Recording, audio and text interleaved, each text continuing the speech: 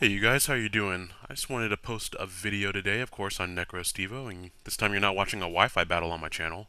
But you guys may have seen PETA come out with this game recently, of course, Pokemon Black and White version 2 just came out. And so this is obviously a little bit of a reaction to that, but in front of us, as you see, we have Pokemon Black and Blue. Gotta free 'em all, and some very battle-hardened Pokemon there. Pikachu has a bite out of its ear.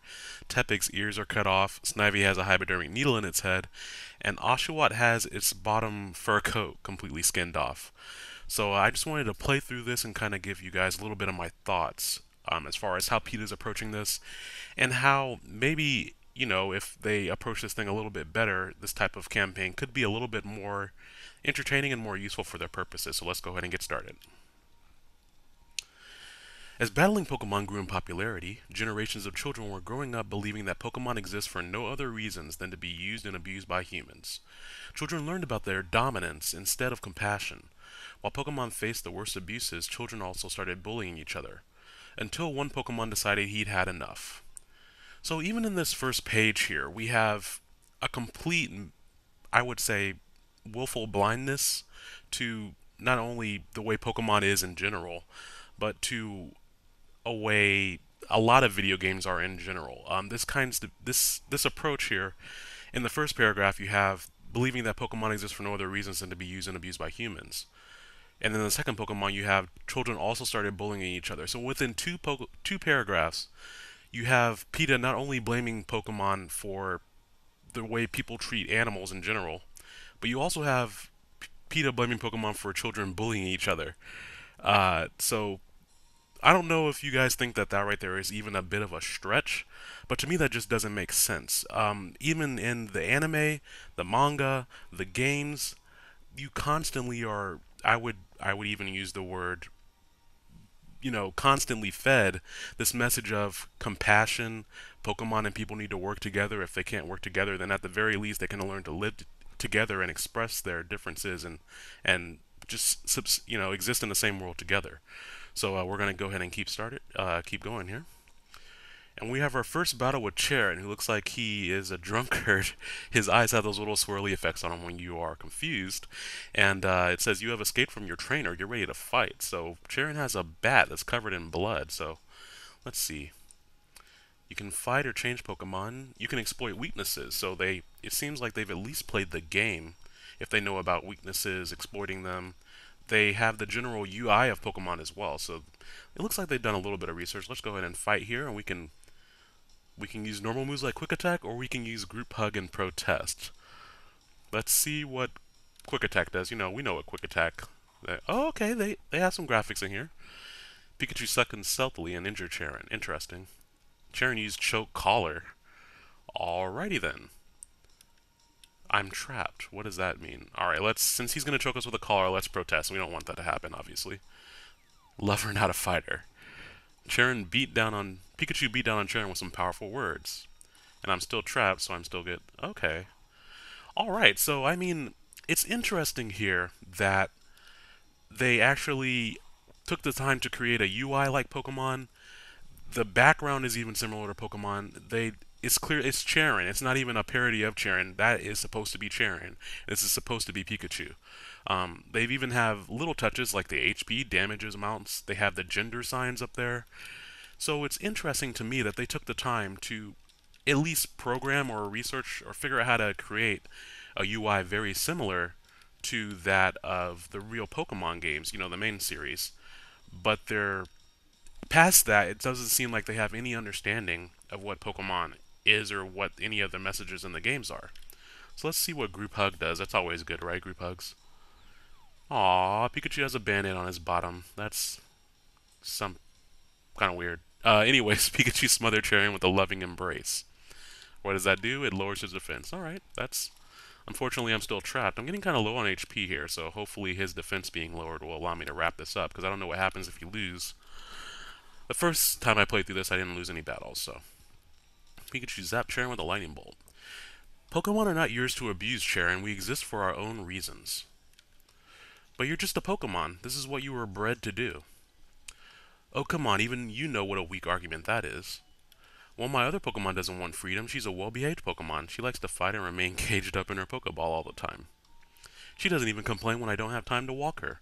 This is what makes her happy, after all. If you believe that, then give her the choice. Fine. Tepig?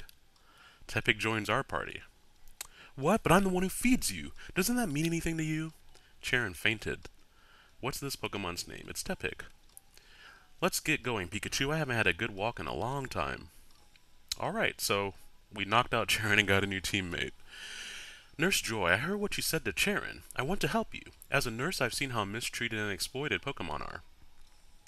Like all thinking and feeling beings, Pokemon must surely suffer terribly when they are cut up in experiments or forced to fight. That is an interesting point, because that is definitely true. I can't think of anything that likes to be cut up off the top of my head that, at least experiences pain. And if you're being forced to fight, presumably it's against your will. So just to talk about that for a second, there are, of course, evil organizations in all the Pokemon games, much in the same way that there's evil organizations in the real world. Um, Whether you're in Pokemon or in the real world, you're going to have people who are going to try to take things and use them improperly or to abuse them or anything like that. But I mean, even just in the characterization of how the Pokemon are walking around in this little world here, you see bear traps, you see trees covered with blood. Even Nurse Joy, who's supposed to be helping these Pokemon, has a rip out of her cap and a blood splatter on it. So it's weird that they are taking an extremely niche idea and completely blowing it out of proportion and overgeneralizing it. Now, naturally, Pokemon, yes, they battle. They are captured in balls, and they have trainers so that they battle. But there are multiple instances in the game and in the TV show and in the manga where Pokemon either hate the person that they're with and they figure out ways out of it. Pokemon and their trainers figure out that they're not good for each other, and so they either go their separate ways. You can release your Pokemon back into the wild, uh, or you can even trade it to another trainer who maybe is more appropriate for that Pokemon. So again, you see a little bit of willful blindness here in the fact that they're not willing to at least address all those other different ways that you can have Pokemon. Because, I mean, even outside of battling, there's contests. You can do the movies now in the new Pokemon game. You can actually, have Pokemon that are in musicals as well. And the contests are ways of showing off your Pokemon's beauty. So they're not even necessarily physical contests of strength. So, again, I don't really agree with how they're approaching this. It's very clear that they understand what the games are, and even it seems like they've played through the games to see what the games are about, but they're just completely ignoring all of that. So it's weird to ignore 95% of the game and approach the 5% that's already handled in the game. Because every organization in the game that has evil outlooks normally is punished. For example, cutting off the Slowpoke tails in Gold and Silver and Heart Gold Soul Silver, that was something that Team Rocket was doing, and it was wrong. And so not only did the local citizens want to figure out who was doing it and stop it. For example, Kurt fell down a ladder and hurt his back trying to stop Team Rocket. But not only that, but the champion himself comes down from Victory Road up in that way just to come and personally stop the injustice that was being done to Pokemon. And that's one example out of many. So, anyways, I can no longer look into the eyes of Pokemon brought to me to be patched up, because when I do, all I see is their suffering, and I imagine the strength of their desire to be freed from human exploitation. And again, I think that's normal. If you're somewhere against your will, you're going to want to be freed. I think that's correct. Pikachu, I didn't know any human spared a thought for our feelings and experiences. Again, I don't even know what more I can say about that. All the time in the games, you're getting this, what is that Pokemon feeling? What does that Pokemon really want? And this is completely ignoring the fact that Pokemon aren't real. If And also in the anime and the game series, there are actual animals in the anime and the game series. I mean, even as far as people eating Pokemon, there are very rare instances as from that, as far as the Slowpoke tails. But they normally have diets of berries and fruits and vegetables instead of eating Pokemon. Now, yeah, of course, some Pokemon, for example, I know that there are examples of fish Pokemon being eaten, but that's still very rare. But anyways, though, we're going to continue on here. She's going to give us a treasure chest, and I'm going to throw up a screenshot of what's actually in the chest.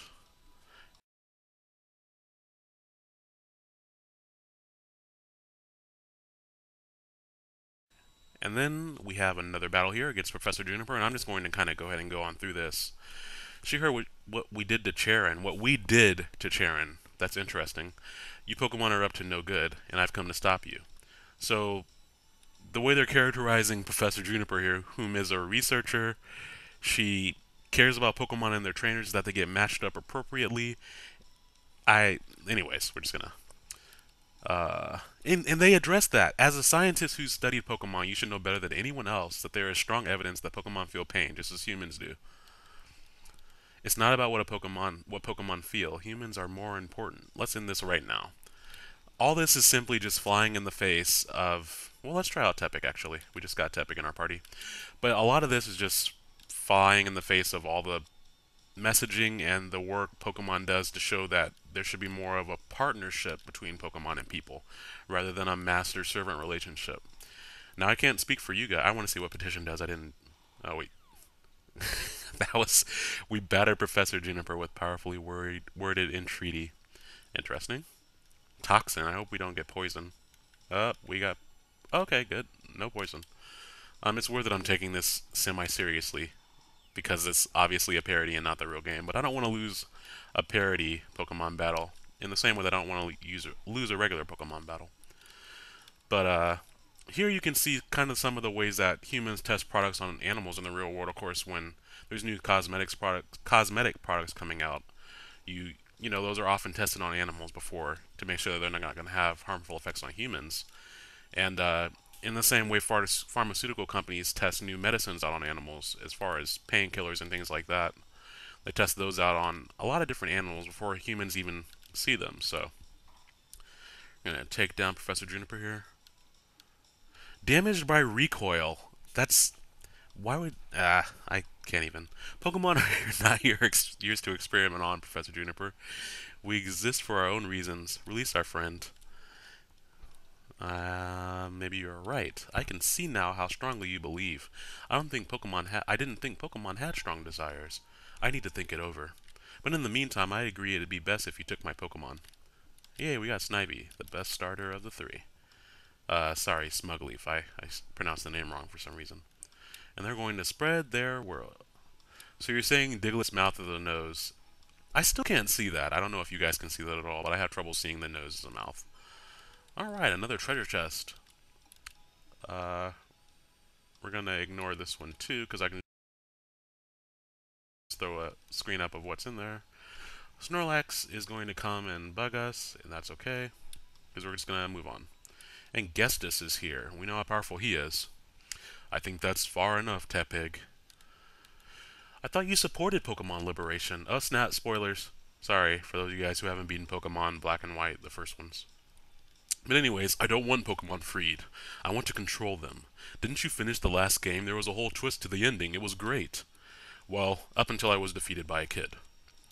Despite my initial failure, I've decided to expand my ambitions in the most logical way. I've been working on a business plan to use the skins and meat of worn-out Pokemon to clothe and feed Unova. No longer will used up Pokemon go to waste. You'll make a beautiful coat, Tepig. Alrighty. That's a thing. We're gonna send in Snivy here because Snivy is OP. And actually, he's weak to Snivy's Mega Drain, if that makes any sense. He uses Trap on us. That is unfortunate. And now we're trapped, but we can educate him on... You know what? If Educate is a move that they can program into the game, PETA really should have gotten a little bit more educated about the types of messages that Pokemon and Game Freak, for that reason, kind of portray a lot of the time. We're going to Mega Drain here to get our health back, and he's weak to it. So somehow, I guess this is a rock type, ground type, water type? I don't know. Don't ask me. We're still trapped. He's using Meat Cleaver. I really feel like any one of these attacks should be enough to one-hit KO, but we're not gonna we're not gonna go into that, I guess. Alright, Bullhorn. Ha! Hurt yourself, fool. A lot of these attack animations are very similar to their actual ones in the game. Like if you look at Rap, very close. Mega Drain, not so much, but you know. Just get some HP back there. He's still confused, right? Oh, he's not confused anymore. Oh, he's still trapped from me using Wrap. Good. One more Mega Drain is all I have left, so that's going to be our last Mega Drain. It doesn't kill. Aw. Alright, Ghetsis, you are taking too long to kill, sir. This should wrap it up here. One more Wrap attack. I did not mean to use that set of words in that order, but whatever. Okay, we're still trapped, he's still trapped. If we're trapped, we shouldn't be able to attack each other, but whatever. We're not playing with first gen rules. You want people to wear and eat Pokemon? That's just disgusting. Plus, Pokemon aren't yours to eat or wear. We exist for our own reasons.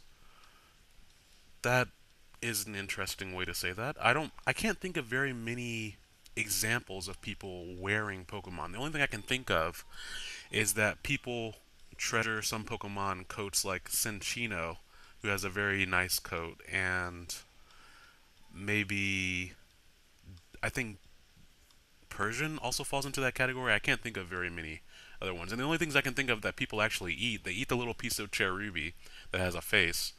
And I know that Phoebus, Magikarp, all have examples of them being eaten by humans. Because I think Magikarp they reference being very bony, and Phoebus being tasty but hard to look at because it's kind of ugly.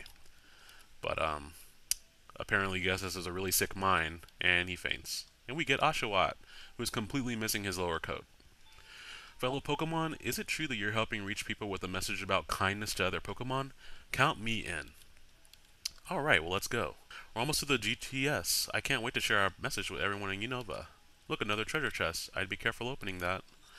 If we open it, we get a set of trading cards, so, you know, that's great. And they are actually, I'll throw up a page of those. They're trading cards for these beat up Pokemon and the people that they've fought so far. But they're at the global terminal now. Yay! And that looks like a very evil circus master. Ash looks extremely silly. Anyways, I'm here to recapture you. You belong to me. Why do you hate me so much that you want to imprison me back in the tiny Pokeball for the rest of my life? So, I'm just going to take a second for this quote as well. Let's go back to the episode, or multiple episodes actually, where Ash has almost released Pikachu because it seemed like Pikachu was a lot happier either with other Pikachu or with another trainer. Also, Pikachu literally spends none of its time inside of a Pokeball, unless it, like in a movie or something, it gets sucked into a device for specifically capturing and cloning Pokemon, like in the first movie or whatever. Um, that's that's kind of what I don't understand about this. That quote makes no sense because that's just not how the Pokemon universe is. Anyways, he doesn't hate Pikachu, which is good. He just doesn't care. Has he ever shown an have I ever shown an inkling of concern about you one way or the other? Considering all the ways Ash stupidly almost kills himself over Pikachu when Pikachu would probably get out of the situation just fine. Uh, I don't know. I don't really know what else to say about that. I never asked you if you wanted to battle other Pokemon or wanted to leave your Pokeball to stretch your legs. You've always just been a tool to me. And that, ladies and gentlemen, kind of brings us full circle because the message that Pokemon gives out a lot of the time about being partners with your Pokemon, being more than partners and being friends and companions with them, it's literally the opposite of what PETA is saying. If PETA had taken even a second to uh, make a game more like Pokemon, actually, where Pokemon are not used as tools, where you're trying to work together with Pokemon, then I think they maybe could have even partnered, with Nintendo to kind of have a stronger message out there. Because, yeah, there are instances in the game where Pokemon are misused and mistreated, but there are an overwhelming amount of examples in the games of the exact opposite, where people find companionship and love and care through their Pokemon and through other people, and learning to work together and building communities, and even treating nature itself more appropriately. For example, when Pokemon habitats are endangered. That's kind of just what I wanted to say. If they could have had a much more effective message here, if they also showed how well Pokemon are treated in the world. And just to come in it so one-sided and so willfully blind, in my opinion, is silly. So I'm going to go ahead and finish this up. If you guys enjoyed it, be sure to comment in the area below telling me what you think about a campaign like this, if you think it's effective. Of course, you saw that video clip of the PETA video that I found in the treasure chest earlier. And I'd be interested to hear what you guys think about the way PETA is approaching this right here. Anyways, let's go ahead and battle our old master Ash. If you really cared about children, you'd want to teach them respect and compassion. Yep, it's not their hearts that concern me, it's their parents' wallets. Gotta catch 'em all. Hey, I bought that game with my own money and my parents didn't give me any money for it, darn it.